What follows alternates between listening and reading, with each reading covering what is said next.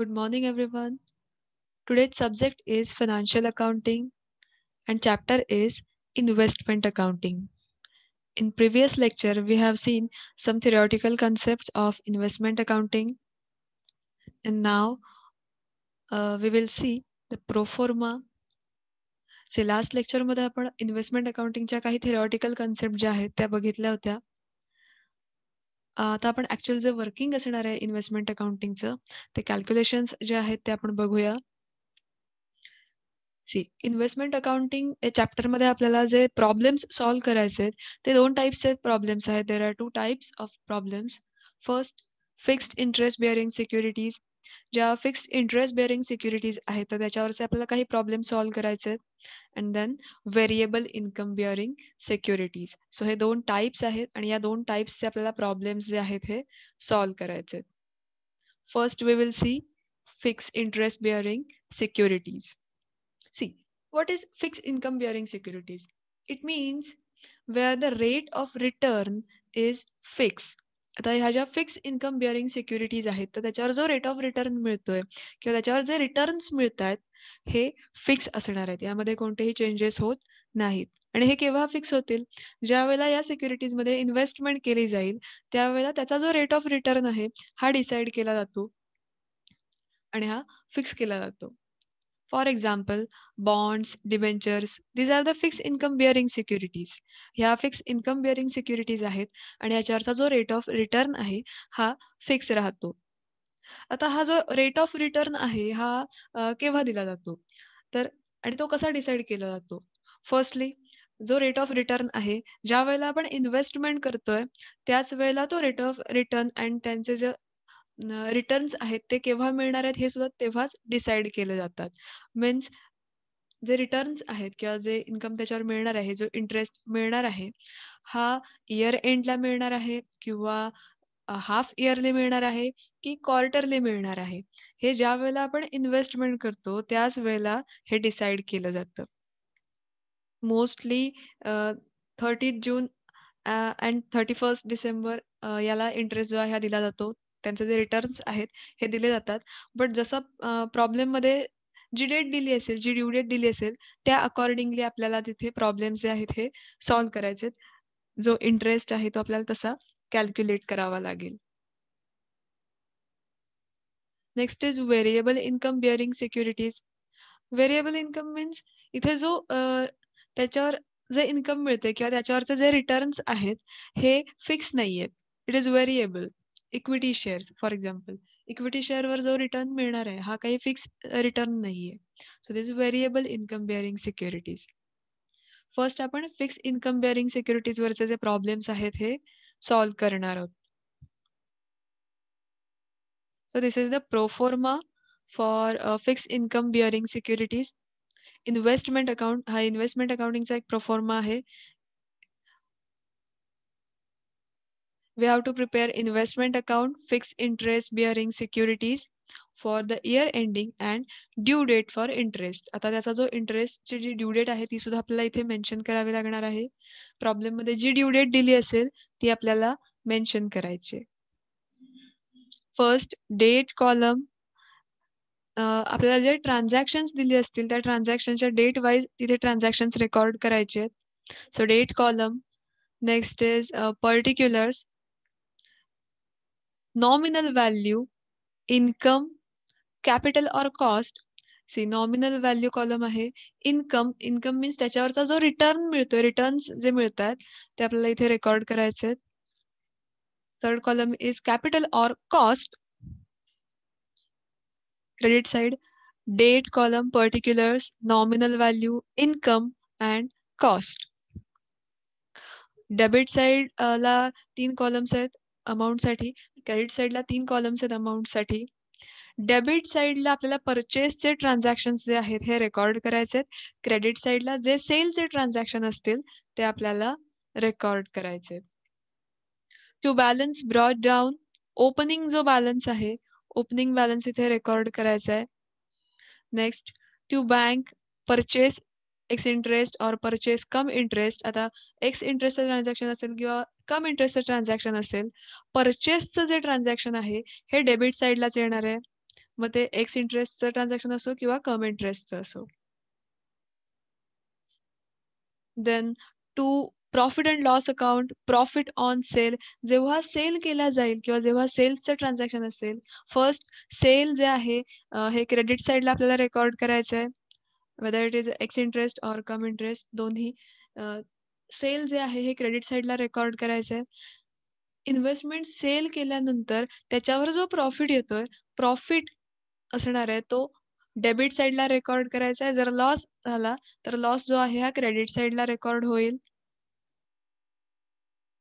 Then by bank, interest received. बँकेकडून जेव्हा interest received केला जाईल, तेव्हा तो क्रेडिट साइडला रेकॉर्ड करायचा आहे. By balance carried down, then by balance carry down value at the end. इथे आपल्याला अकाउंट जे आहे हे क्लोज करायचं आहे. So this is the pro forma. हा प्रो फॉर्मा आहे इन्व्हेस्टमेंट अकाउंटचा. आपल्याला इन्व्हेस्टमेंट अकाउंट प्रिपेअर करायचं आहे आणि त्याच्यामध्ये अमाउंट्स आहेत त्या कॅल्क्युलेट करायचे आहेत. सो आपण त्यांचं जे कॅल्क्युलेशन आहे ते कॅल्क्युलेशन आपण बघूया with small examples. See calculations. जर कॅल्क्युलेशन कम इंटरेस्टचं असेल, प्रॉब्लेममध्ये कम इंटरेस्ट दिला असेल, on 1st April 2018, Lucky Limited purchased 2000 12% debentures of rupees 100 each. 2000 number of debentures. 12% त्याच्यावर जो इंटरेस्ट रेट दिलाय हा 12% आहे. Of rupees 100 each. 100 this is face value. At rupees 98 come interest. So this is come interest price. इथे कम interest हा दिलेला आहे 98 rupees. Interest is payable half yearly on 30th June and 31st December. आता interest जो आहे या डिबेंचर्सवरचा, या इन्व्हेस्टमेंटवरचा, हा इंटरेस्ट हाफ इयरली पेड केला जातोय. 30th June and 31st December वर्षातून दोनदा हा इंटरेस्ट जो आहे हा पे केला जातोय. Accounts are closed on 31st December every year. Calculate cost and interest. First आपण calculation बघूया. See, in this pro forma, we have to ascertain nominal value, income and cost. आपल्याला 3 अमाउंट्स कॅल्क्युलेट करायचे आहेत. सो आपण इथे calculate करणार आहोत. First nominal value. How to calculate this nominal value? Number of debentures into face value. आता ज्यामध्ये investment केली असेल, डिबेंचर्स आता इथे आहेत. So number of debentures. जर बॉन्ड्स असते तर नंबर ऑफ बॉन्ड्स इथे आले असते. So number of debentures into face value. 2000, these are the number of debentures. Face value 100 rupees. So 2000 into 100, the nominal value is 2 lakh. First आपण nominal value इथे calculate केलेली आहे. Nominal value कशी calculate करायची आहे? तर number of debentures into face value. ज्या सिक्युरिटीमध्ये invest केलं असेल, नंबर त्याचे जे आहेत हे इथे कॅल्क्युलेट करायचे आहेत. Number into face value. We will get the nominal value. Next interest. त्या इन्व्हेस्टमेंटवर सी इन्कम. इन्कम मीन्स त्या इन्व्हेस्टमेंटवर काय रिटर्न्स मिळत आहेत. डिबेंचरवर इंटरेस्ट मिळणार आहे. So this is income. Next त्याचा फॉर्म्युला आहे rate of interest into period in months into nominal value. See debentures आहेत 12% debentures. So rate of interest is 12%. So 12 divided by 100 into period in months. इथे months आपल्याला calculate करायचे आहेत. आता हे आपण मंथ्स कसे कॅल्क्युलेट करणार? सी इंटरेस्ट जो आहे हा हाफ इयरली पेड केला जातोय. वर्षातून दोनदा पेड केला जाणार आहे. First 30th June and next 31st December. दोनदा इंटरेस्ट कॅल्क्युलेट केला जातोय. परचेस केव्हा केलेले हे डिबेंचर? 1 एप्रिलला डिबेंचर्स जे आहेत हे परचेस केलेले आहेत. सो लास्ट इंटरेस्ट केव्हा मिळाला असेल? 31 डिसेंबरला लास्ट इंटरेस्ट मिळून झालेला आहे. त्याच्यानंतर कुठे इंटरेस्ट मिळालाय का? तर नाही. प्रॉब्लेममध्ये तसं कुठे मेन्शन केलेलं नाहीये. सो जानेवारी, फेब्रुवारी and March for 3 months. See interest payable केव्हा आहे? Half yearly 30th June and 31st December. जेव्हा डिबेंचर्स परचेस केलेत ती डेट आपल्याला दिलेली आहे. 1 एप्रिलला डिबेंचर्स जे आहेत हे परचेस केलेत. त्याच्या आधी इंटरेस्ट केव्हा मिळाला होता? तर 31 डिसेंबर. बिकॉज 31 डिसेंबर नंतर कुठेही इंटरेस्ट मिळाल्याचं काही मेन्शन केलेलं नाहीये. सो लास्ट केव्हा मिळाला होता? 31 डिसेंबरला. 31 डिसेंबर 2017. सो डिसेंबर नंतर जानेवारी 2018, फेब्रुवारी 2018 and March 2018. बिकॉज 1 एप्रिलला डिबेंचर्स जे आहेत हे परचेस केलेले आहेत.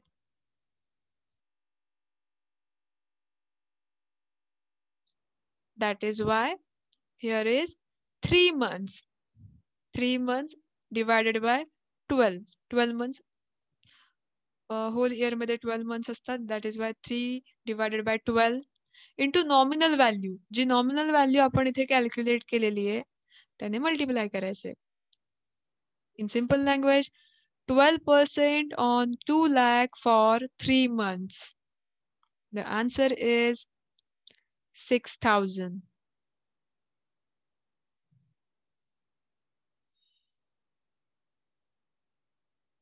Next is cost. आपल्याला 3 गोष्टी कॅल्क्युलेट करायच्या आहेत प्रत्येक ट्रान्झॅक्शनमध्ये. Nominal value, interest and cost. So first आपण जे नॉमिनल व्हॅल्यू आपण कॅल्क्युलेट करून घेतलेली आहे. इंटरेस्ट आपण कॅल्क्युलेट केलेला आहे.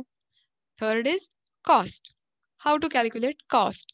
सी कॉस्ट कॅल्क्युलेट करताना कम इंटरेस्ट इथे दिलेला आहे.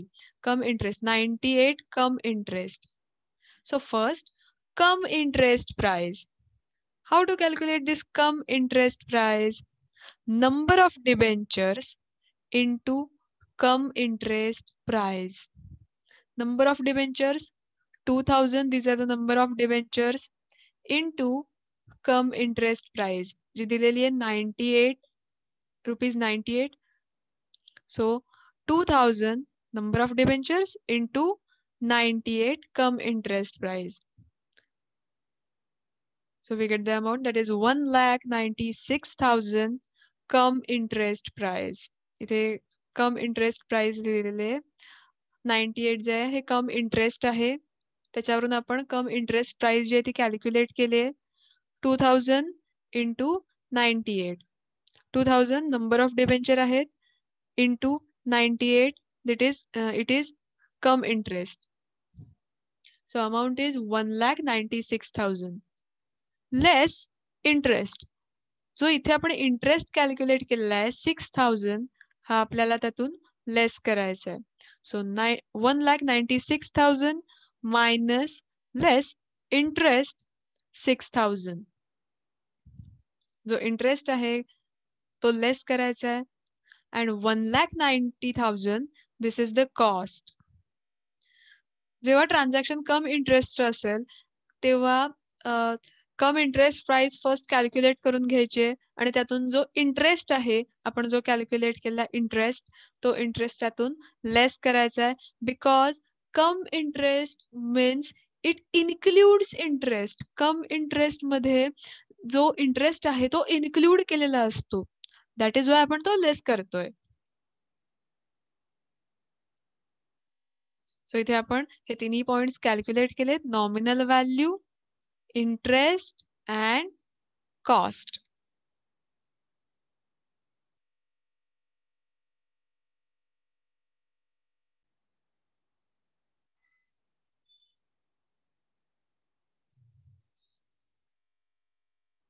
Next we will see X interest. On 31st March 2018, HCL Limited purchased 1 lakh rupees 1 lakh 6% government bonds at rupees 95 x interest. C इथे HCL कंपनी आहे, HCL limited. On 31 March 31 मार्चला त्यांनी purchase केलेले आहेत रुपीज 1 लाख दिलेले आहेत. मीन्स त्यांनी जेवढे बॉन्ड्स गव्हर्नमेंट बॉन्ड्स परचेस केलेत त्याची अमाऊंट 1 लाख आहे. त्यांनी किती गव्हर्नमेंट बॉन्ड्स परचेस केलेत? त्यांनी 1000 गव्हर्नमेंट बॉन्ड्स जे आहेत ते परचेस केलेत. त्याची फेस व्हॅल्यू जी आहे 1000 government bonds face value 100 rupees आहे. सो परचेस 1 लाख परचेसची जे अमाऊंट डिरेक्टली दिलेली आहे 1 lakh rupees. So 1 lakh rupees, 6% government bonds at 95 x interest. X interest means exclude interest. यामध्ये interest exclude केलेला आहे. Interest is payable on 30th June and 31st December every year. See, इथे जो interest आहे हा वर्षातून दोनदा पे केला जातोय 30th June and 31st December. First half 30th जूनला 30th जूनला इंटरेस्ट जो आहे हा दिला जाणार आहे अँड सेकंड हाफ 31st डिसेंबरला जो इंटरेस्ट आहे हा दिला जाणार आहे. वर्षातून दोनदा इंटरेस्ट दिला जाणार आहे. सो फर्स्ट आपल्याला 3 गोष्टी कॅल्क्युलेट करायच्या आहेत. Nominal value, interest and cost. First we will calculate the nominal value.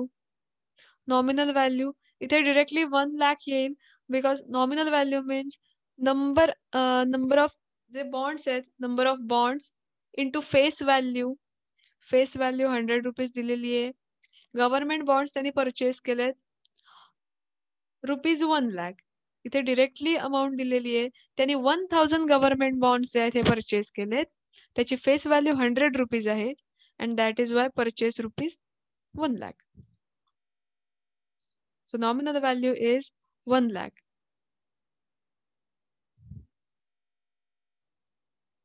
Next is cost. How to find out cost? See, exclude interest. आता X interest so X interest जी price आहे त्याने multiply करायचंय. जेव्हा transaction मध्ये x interest दिला असेल तेव्हा cost find out करताना आता इथे गव्हर्नमेंट बॉन्ड्स मध्ये इन्व्हेस्टमेंट केलेली आहे. So number of government bonds into x interest. जेवढे नंबर ऑफ गव्हर्नमेंट बॉन्ड्स आहेत आता नंबर ऑफ गव्हर्नमेंट बॉन्ड्स कसे फाइंड आउट करणार तर 1 lakh divided by 100 then you will get the number of bonds. So 1 lakh divided by 100 number of government bonds is 1000. 1000 government bonds purchase केलेले आहेत. So number of government bonds into 95. 95 is the x interest. इथे x interest दिलेला आहे त्याने multiply करायचंय. जे amount येईल that is the cost 95,000. X interest मध्ये सोपं आहे. एक्स इंटरेस्ट मध्ये काहीच ऍडलेस करायचं नाहीये. जस्ट जेवढे नंबर ऑफ बॉन्ड्स किंवा नंबर ऑफ जे काही डिबेंचर्स असतील ज्या सिक्युरिटीमध्ये इन्व्हेस्टमेंट केलेली आहे त्याचे नंबर्स जे आहेत हे त्याला एक्स इंटरेस्ट जो दिलेला आहे त्याने मल्टिप्लाय करायचंय. Then you will get the ex interest price. इथे कॉस्ट जी आहे ही मिळणार आहे.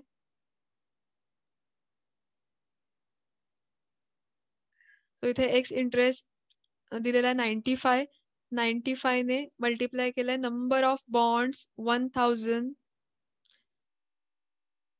Then interest, rate of interest into period that is in months into nominal value.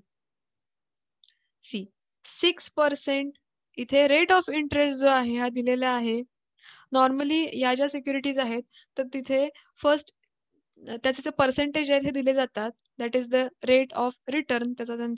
तो जो त्यांचा आहे तो हा रेट ऑफ रिटर्न आहे. 6% गव्हर्नमेंट बॉन्ड्स मीन्स त्याचा रेट ऑफ इंटरेस्ट किती आहे तर 6%. So 6 divided by 100 into period. इथे मंथ्स आपल्याला कॅल्क्युलेट करायचे आहेत इंटरेस्ट जो आहे हा कॅल्क्युलेट करण्यासाठी मंथ्स कॅल्क्युलेट करताना इंटरेस्ट पेएबल केव्हा आहे? Interest is payable on 30th June and 31st December. वर्षातून 2दा इंटरेस्ट जो आहे हा पे केला जातोय. सो इथे 31st मार्चला त्यांनी परचेस केलेत गव्हर्नमेंट बॉन्ड्स जे आहेत हे. सो हे परचेस करण्याच्या आधी इंटरेस्ट केव्हा मिळाला असेल? तर 31st डिसेंबरला. बिकॉज 31st डिसेंबर नंतर कोणतंही ट्रान्झॅक्शन दिलेलं नाहीये. 31st डिसेंबर नंतर कोणताही इंटरेस्ट तिथे कॅल्क्युलेट केलेला नाहीये. सो 31st डिसेंबर नंतरचे मंथ्स जे आहेत हे कॅल्क्युलेट करायचे. हे आपल्याला घ्यायचे. सो जानेवारी, फेब्रुवारी अँड मार्च. आता मार्च हा सुद्धा मंथ इथे येणार आहे बिकॉज 31st मार्चला हे जे गव्हर्नमेंट बॉन्ड्स आहेत हे त्यांनी परचेस केलेत. 31st मार्च मीन्स इथे मार्चचा एंड होतोय 31 मार्च. दॅट इज वाय आपण मार्च हा मंथ सुद्धा इथे घेतोय. सो 3 मंथ्स जानेवारी, फेब्रुवारी अँड मार्च. जानेवारी पासून आपण मंथ्स का घेतले? बिकॉज इंटरेस्ट पेबल कधी आहे? तर 30th June and 31st December. मग 31st डिसेंबर नंतर त्याच्यानंतर कुठेही इंटरेस्ट पे केल्याचे काहीच मेन्शन केलेलं नाहीये. दॅट इज वाय आपण डिसेंबर नंतरचे जे मंथ्स आहेत हे पुढचे घेणार आहोत. परचेस केलेल्या डेट पर्यंत जानेवारी, फेब्रुवारी अँड मार्च. बिकॉज 31st मार्चला इथे परचेस केलेलं आहे. सो मार्चचा मंथ सुद्धा आपल्याला पूर्ण याच्यात घ्यायचा आहे. So 3 months. 3 divided by 12 into nominal value. जी नॉमिनल व्हॅल्यू आहे 1 lakh. So nominal value and the interest is 1500.